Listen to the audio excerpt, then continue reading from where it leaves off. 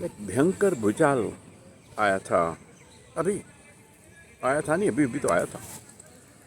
Burma, Myanmar और Thailand में बिल्कुल हमारे साथ सटा हुआ है म्यांमार। ऑलमोस्ट हम बचपन में इसको अपना ही अंग समझते थे और है। वो विज्ञान के तौर पे पूरा इंडियन सब कॉन्टिनेंट एक है और भूचालों के मामले में जुड़ा हुआ है। भुज से शुरू होता है, वो अंडमान जकार्ता से उधर होता है, असम की तरफ आता है, ये म्यांमार और फिर पूरा हिमालयन बेल्ट। एक पूरा ये जो भयंकर भयंकर भूचाल आते हैं इसी रीजन में आते हैं, नेपाल, कश्मीर, असम। तो अगर बहुत बड़े भूचालों की कोई गिनती करे तो ये सब इसमें आते हैं। पर अभी क्या है, बहुत सालों से हिंदुस्तान के main land mass, the political land mass में बड़ा भूचाल नहीं आया है। कांगड़ा जिसको आ जाना चाहिए था अब तक का आया नहीं है। और हर बार जब भूचाल आके चले जाता है तो हम लोग शुक्र मनाते हैं कि चलो हम तो बच गए। और अगली बार जब बात होती है क्या हम तैयार थे, अगर नेपाल यहाँ आता, अगर म्यांमार का भूचाल यहाँ आता, या वो अफ़गानिस्तान में जो बड़े बड़े आते हैं, पाकिस्तान में आते हैं, वो अगर कहीं तिब्बत में आते हैं, वो कहीं हिंदुस्तान में आता, क्या हम तैयार थे? पार्लियामेंट में मुझे याद है 2015 में मंत्री जी से पूछा था तो उन्होंने बोला नहीं, हम तैयार नहीं थे। आज 10 साल हो लिए नेपाल क्वेक को, क्या हम तैयार हैं? ना, हम तो नहीं तैयार। क्या हम तैयार होंगे? हो नहीं सकते हम इतनी जल्दी तैयार इसके लिए। आज जिस पार्क में मैं खड़ा हूँ, या तो हम ये करिए कि घरों को छोड़ें, ऐसे पार्कों में ही तंबू गाड़ दें और यहीं पर रहें। अदरवाइज वक्त आ गया है कि हम सभी लोग जो भारतवासी हैं जाग जाएं। वो टीवी पे एक प्रोग्राम आया करता था जिसमें वो एक बहुत लंबा सा सफारी सूट वाला, स्टार न्यूज़ बोलते थे उसको, जो बोला करता था चैन से सोना है तो जागते रहो। भूविज्ञान के मामले में, डिजास्टर मैनेजमेंट के मामले में जागरूकता और तैयारी क्या होती है, थोड़ा सा जाने वैज्ञानिक तौर पे कि बड़े से बड़ा भूचाल कहीं भी आ सकता है। आपके इंडिया में ना आए, हो सकता है आप जापान में फंसे हो सकता है आप साउथ अमेरिका में कहीं फंसे हो। तो भूचाल से बचने के कुछ जो तरीके हैं, अपने आप को बचाने के तरीके हैं, सुनामी से बचाने के तरीके हैं, वो तो सबको जानने ही चाहिए।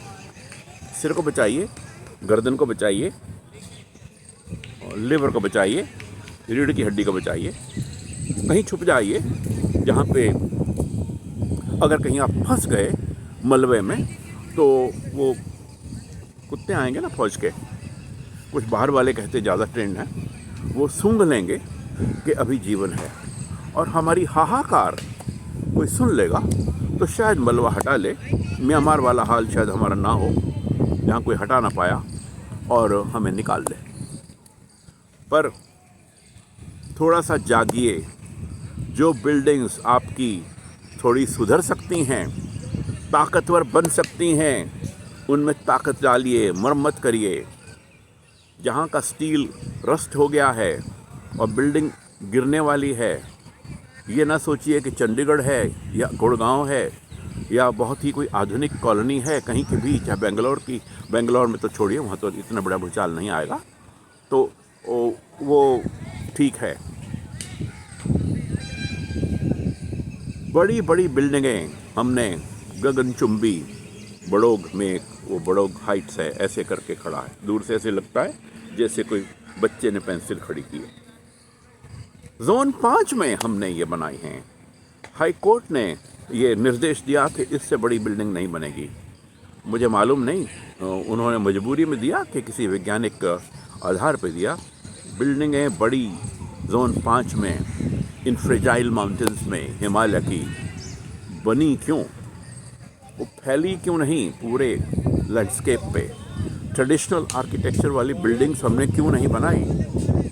हमने ये पागलपन क्यों किया? हमने गुड़गांव जैसी बिल्डिंग्स यहाँ क्यों बनाई?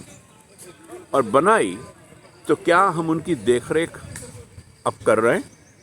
क्या हमारे पास साधन है कि जब वो कांगड़ा टाइप भूचाल भी आया तो छोटा ही होता है। आजकल के ज़माने में जब 9 रिक्टर स्केल का 9.2 का आ जा रहा है, 8.5 रिक्टर स्केल का आ जा रहा है, तो अगर कांगड़ा भी आ गया तो उस वक्त 1.5 लाख घर टूटे थे, 20,000 लोग मरे थे।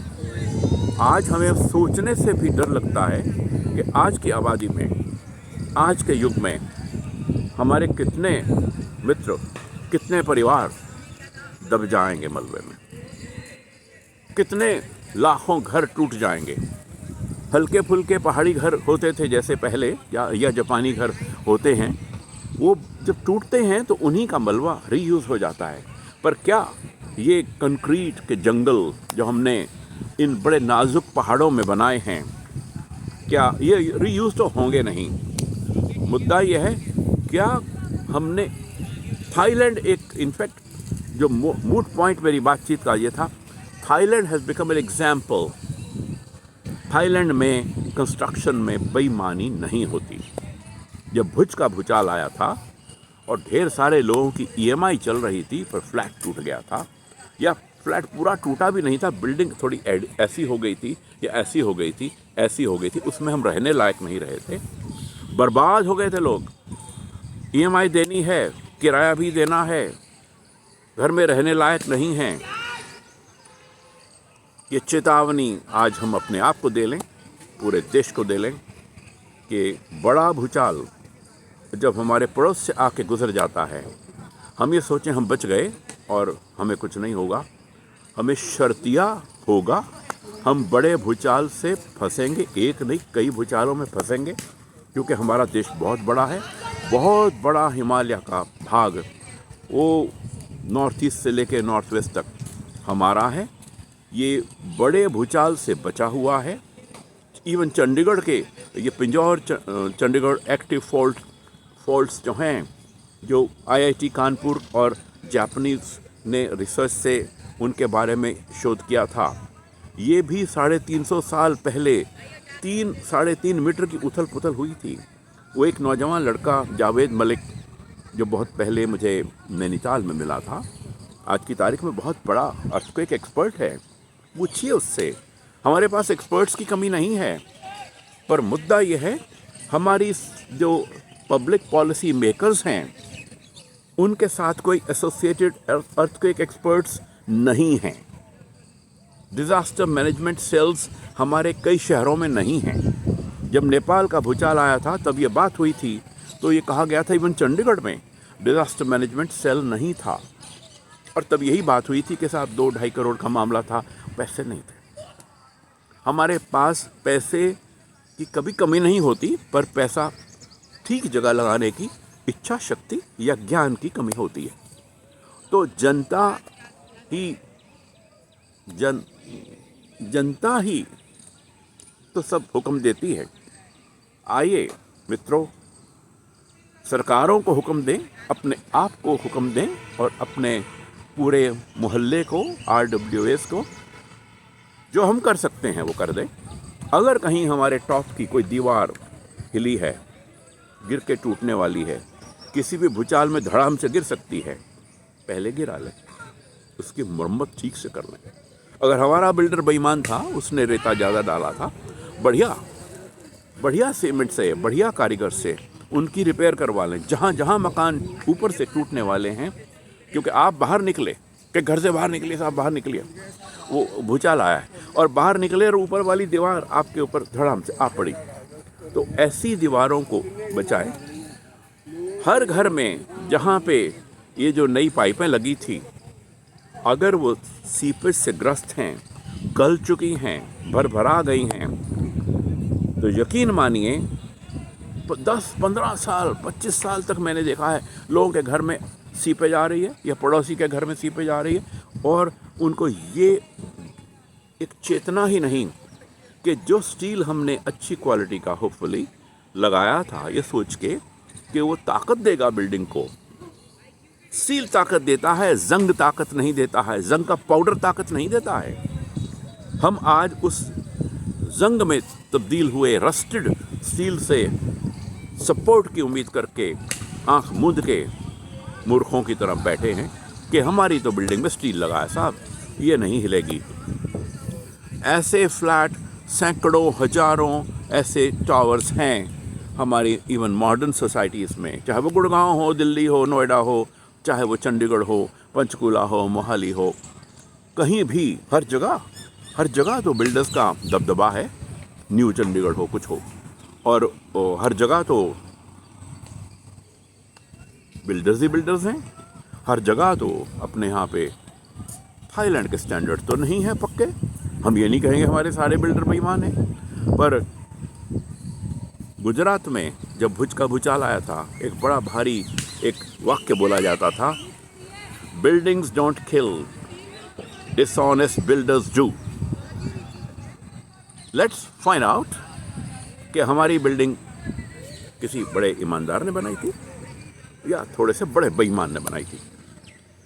वक्त रहते पुरानी बिल्डिंग में अगर आप हैं, निकल जाइए, बेच डालिए, भाग जाइए। कोई मुझे ये ना कहे कि मैं एक स्केयर मॉन्गरिंग कर रहा हूं सुबह सुबह। शर्तिया बड़ा भूचाल बहुत देर नहीं लगाएगा हमारी मेनलैंड में आने।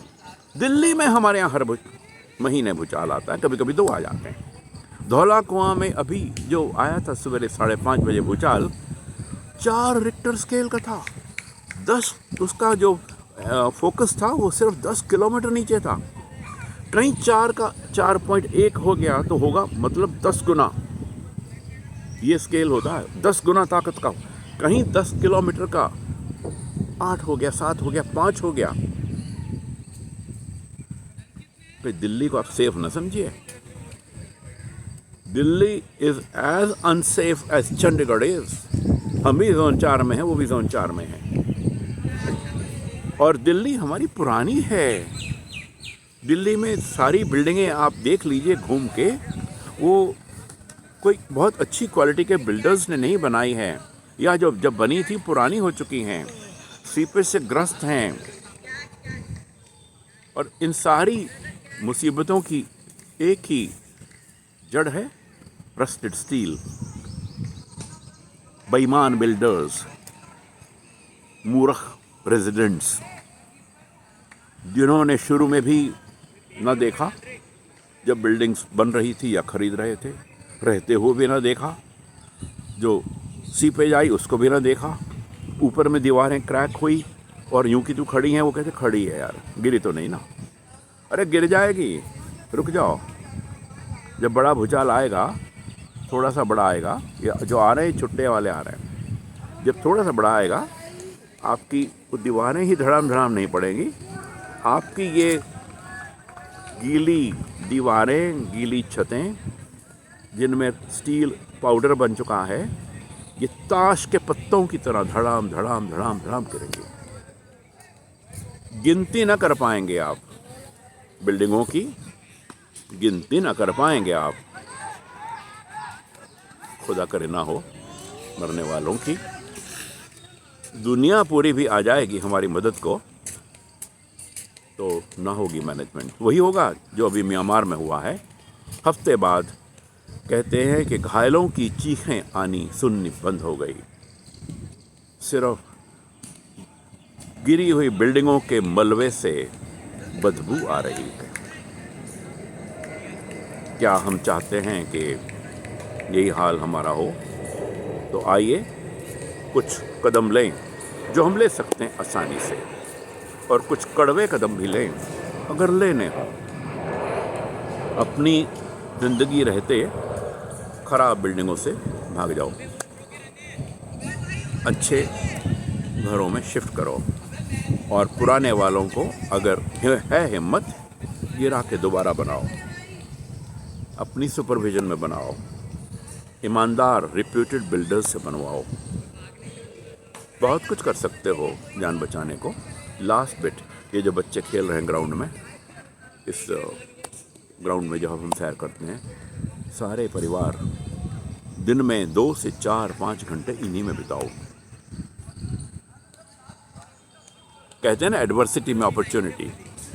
हो सकता भूचाल तब आए जब आप यहाँ पे सैर कर रहे थे या जिम में, ओपन एयर जिम में बातचीत कर रहे थे और कसरत कर रहे थे या योगा कर रहे थे, तब चाहे आपका वो घटिया दर्जे का, घटिया क्वालिटी का ब्लॉक शायद गिर जाए, पर आप बच जाएंगे। खुदा करे मेरी सब बातें गलत हों, पर मुझे ऐसा डर है कि मेरी एक एक बात सच है, क्योंकि मैं एक जियोलॉजिस्ट हूँ। God bless you.